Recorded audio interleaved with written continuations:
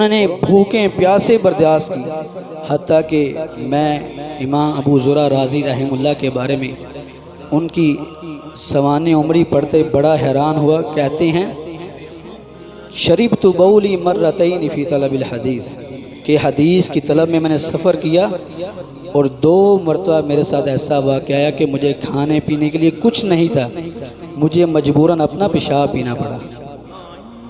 کہ ایسے بھی حالات ہو سکتے ہیں؟ اور وہ حیثیت، وہ شخصیت ابو زرع رازی، جن کے بارے میں تھا کہ انہوں نے 10 لاکھ حدیثیں لکھی تھیں، اور ان کی وفات کے بعد ان کے شاگرد نے اپنے استاد ابو زرع رازی رحمہ اللہ کو دیکھا کہ آسمان دنیا پر عبادت کر رہے ہیں اور فرشتوں کے ساتھ یہ بھی عبادت کر رہے ہیں۔ اور میں نے اپنے استاد سے پوچھا بما نلت ھذا، کہ ابو زرع تم نے یہ مقام کیسے حاصل کر لیا؟ استاد محترم یہ مقام آپ کو کیسے مل گیا؟ تو فرماتے ہیں کہ کتبت بیدی ھاتین الف حدیث، میں نے اپنے ان ہاتھوں سے 10 لاکھ حدیث لکھی تھی، اور ہر حدیث پر میں صلی اللہ علیہ وسلم جو درود پڑھتا تھا، اس درود کی برکت سے اللہ نے مجھ کو یہ مقام عطا کر دیا۔ امام بخاری رحمہ اللہ حدیث رسول پڑھاتے تھے، بیمار ہو گئی، ان کے پیشاب کو چیک کروایا گیا تو اطباء نے کہا کہ یہ وہ شخص ہے جس نے آج سے کئی عرصہ تک کوئی چکنائی والی چیز ہی نہیں کھائی۔ اور جب پوچھا گیا تو ان سے تو بتایا کہ ہاں وقت کی قلت کی وجہ سے یا شاگردوں کے ذرا آنے کی وجہ سے میں صرف سرکے ساری گزارا کرتا تھا، سرکے سے روٹی کھا کے لوگوں کو حدیث پڑھانی شروع کر دی۔ تو تصور کی جن لوگوں نے رسول اللہ صلی اللہ علیہ وسلم کی حدیث کو لوگوں تک پہنچانے میں کتنی محنتیں کی۔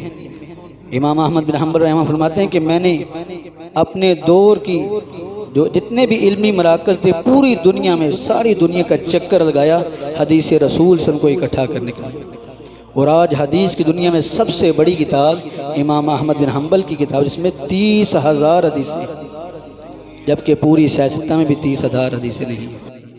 اور فرماتے ہیں کہ میں قسم کھا کے کہہ سکتا ہوں کہ کوئی ایسی حدیث نہیں جس پر میں نے عمل نہ کیا ہو۔ تصور کیجئے، کوئی ایسی حدیث نہیں جس پر میں نے عمل نہ کیا ہو۔ یہ تھے وہ لوگ جنہوں نے رسول اللہ صلی اللہ علیہ وسلم کی حدیث کو آگے پہنچایا۔ حضرت ابو سعید خدری رضی اللہ عنہ بیٹھے ہیں، 3-4 شاگرد آئے تو حضرت ابو سعید فرمانے کہ مرحبا بوصیت رسول اللہ صلی اللہ علیہ وسلم، میں تمہیں اللہ کے رسول کی وصیت کے مطابق خوش آمدید کہتا ہوں۔ انہوں نے پوچھا اللہ کے رسول کی وصیت کیا تھی؟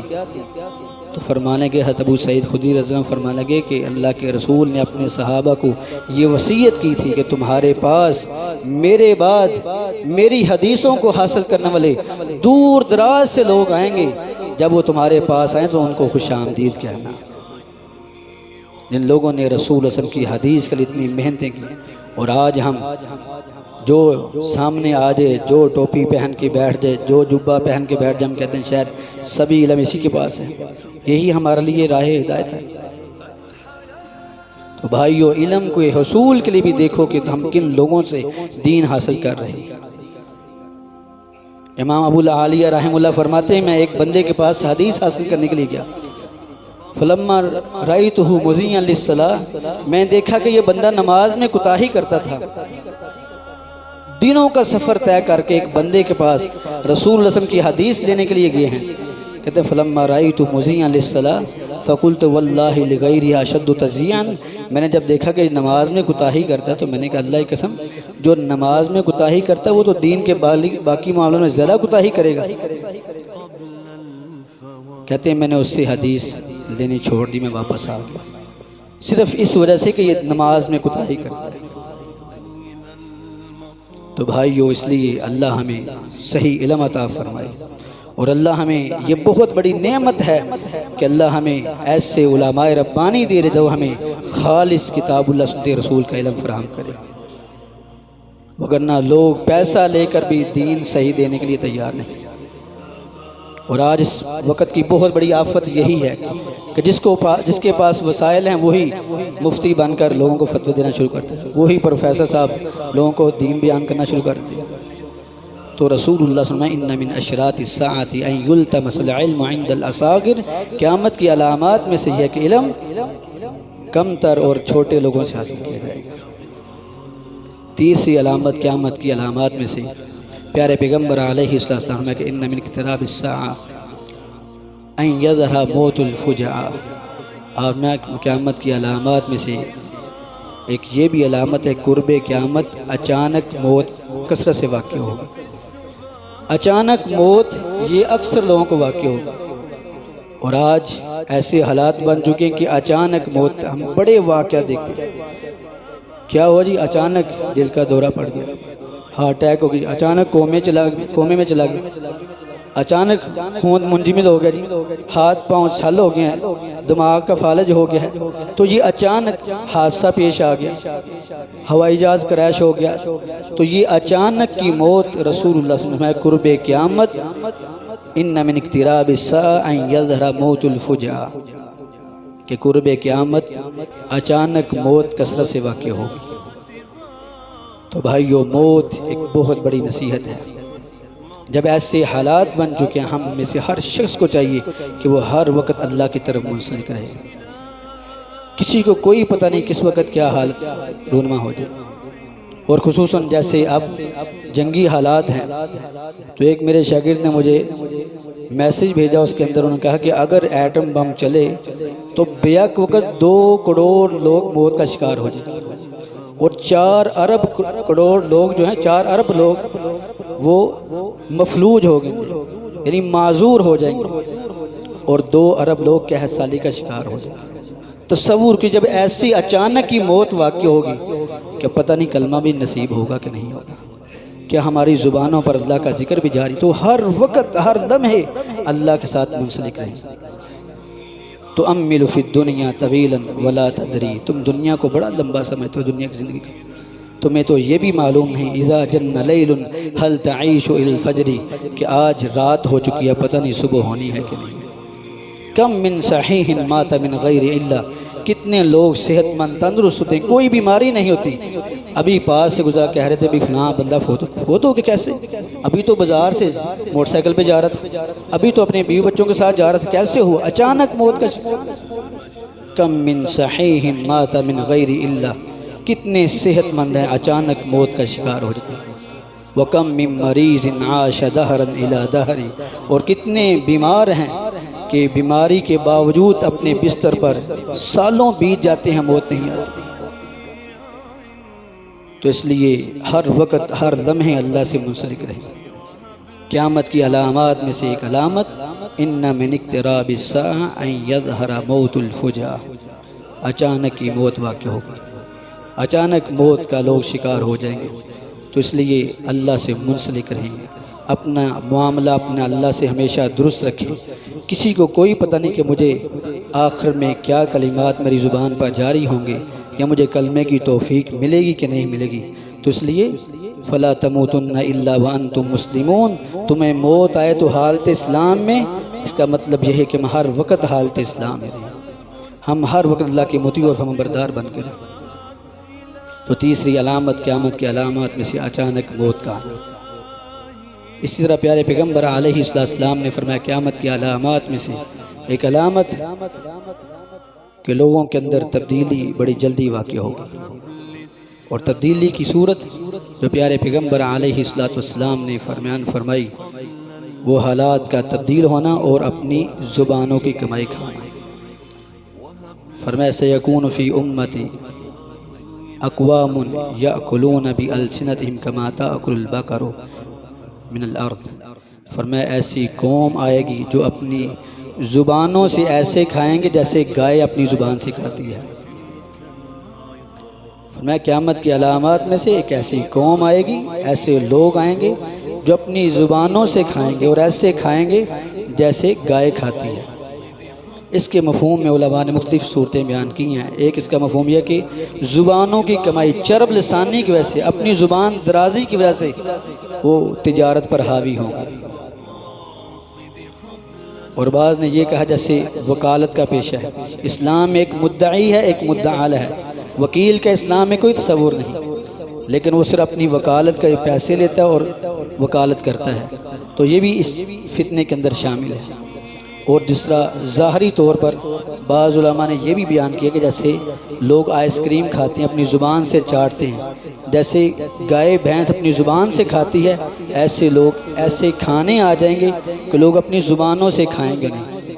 تو یہ بھی قیامت کی علامات میں سے فرمایا کہ سیکون فی آخر الزمان امت یاکلون بألسنتہم کما تأکل البقر بألسنتہا من الارض، کہ جیسے گائے زمین سے اپنی زبان سے کھاتی ہے، زبان سے چرتی ہے، چارہ کھاتی ہے، فرمایا کہ اسی طرح لوگ آئیں گے جو اپنی زبانوں سے کھائیں گے۔ تو یہ بھی قیامت کی علامات رسول اللہ صلی اللہ علیہ وسلم نے بیان فرمائی۔ تو اس طرح قیامت کی علامات میں سے ایک علامت جھوٹ کا عام ہو جانا۔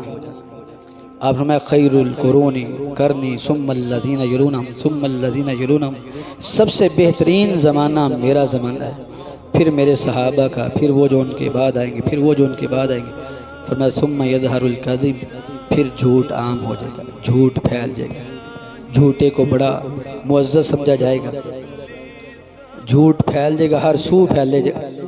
فرمایا کہ ثم یاتی قوم یشہدون ولا یستشہدون، ایسے جھوٹے مکار لوگ آئیں گے کہ جو گواہیاں دیں گے حالانکہ ان سے گواہی طلب نہیں کی جائے گی۔ تسبق شہادتہم، فرمایا کہ ان کی قسمیں ان کی گواہیوں پر غالب آ جائیں گی، یعنی جھوٹی گواہیاں دینے والے ہوں گے۔ اور آج آپ دیکھ رہے ہیں کچہریاں بھری پڑی ہیں، کسی بھی کیس کے اندر آپ کو گواہی چاہیے، کئی وہاں گواہ پھر رہے ہیں، پیسے دو اور گواہی لے لو ان سے۔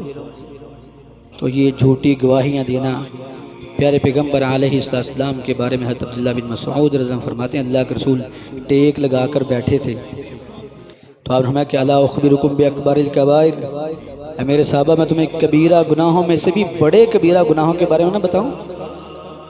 صحابہ نے عرض کی کیوں نہیں یا رسول اللہ؟ فرمایا کہ اکبر الکبائر الاشراک باللہ، کبیرہ گناہوں میں سے بھی بڑے کبیرہ گناہ فرمایا اللہ کے ساتھ شرک کرنا ہے۔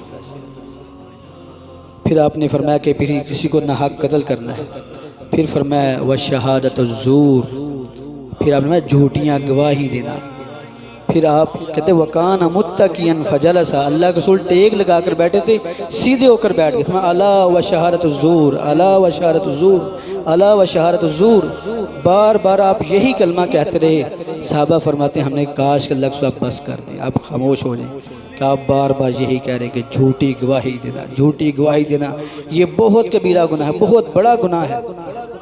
اور فرمایا قرب قیامت ایسے لوگ آئیں گے، جھوٹ عام ہو جائے گا، جھوٹ بولیں گے اور پھر جھوٹی گواہیاں دینے والے لوگ ہوں گے۔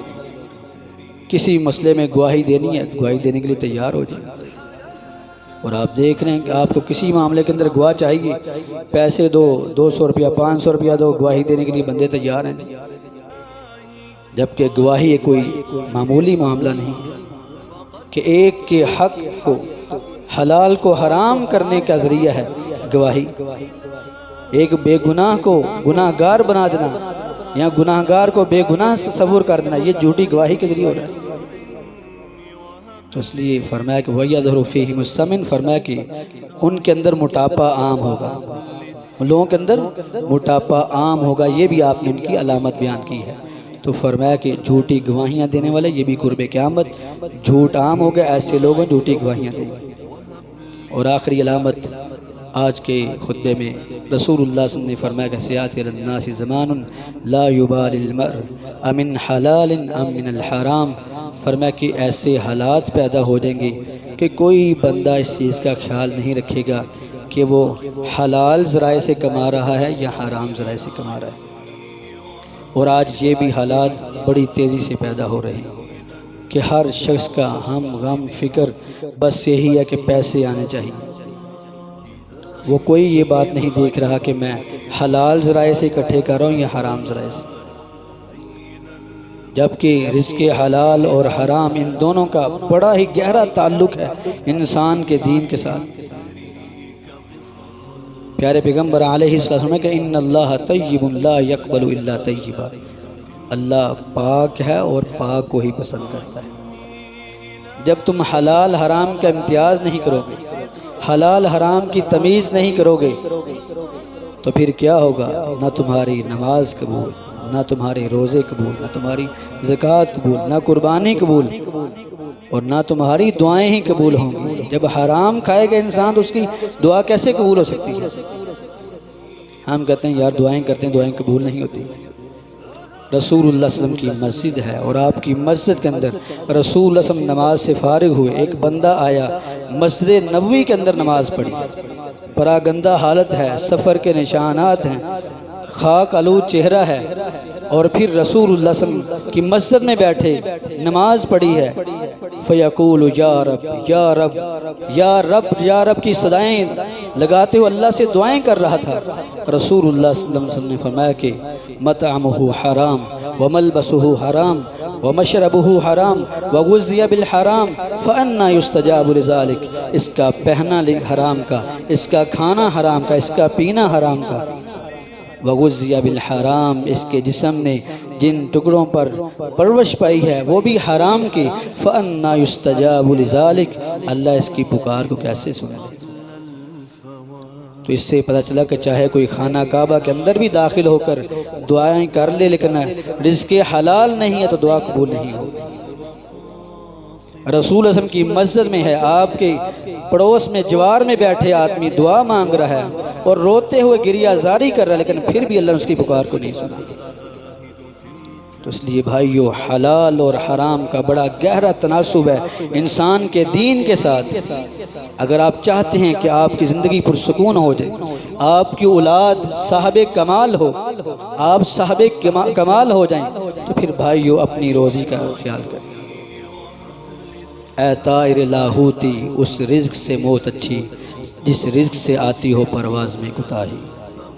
اس رزق کو کیا کرنا ہے کہ جس میں انسان رب سے دور ہو جائے، اس رزق کو کیا کرنا ہے جس سے اولاد نافرمان ہو جائے، اللہ کی بغاوت پر اتر آئے، زندگی میں سکون اٹھ جائے۔ تو فرمایا یہ قیامت کی علامات ہیں، لا یبال المرء امن حلال اکتسب من الحرام، کہ ایسے حالات پیدا ہو جائیں گے قرب قیامت کوئی شخص یہ پرواہ نہیں کرے گا کہ وہ حلال ذرائع سے کما رہا ہے یا حرام ذرائع سے کما رہا ہے۔ تو اللہ ہمیں رزق حلال عطا فرمائے، اللہ ہمیں ہماری اولادوں کو حرام سے محفوظ فرمائے۔ تو یہ تھے کچھ احکامات قرب قیامت، قیامت کی علامات کے حوالے سے۔ اللہ ہمیں دین حنیف کو سمجھنے کی توفیق عطا فرمائے اور گمراہی سے، بدعات سے، خرافات سے محفوظ فرمائے۔ سبحان ربک رب العزت عما یصفون وسلام علی المرسلین والحمد للہ رب العالمین۔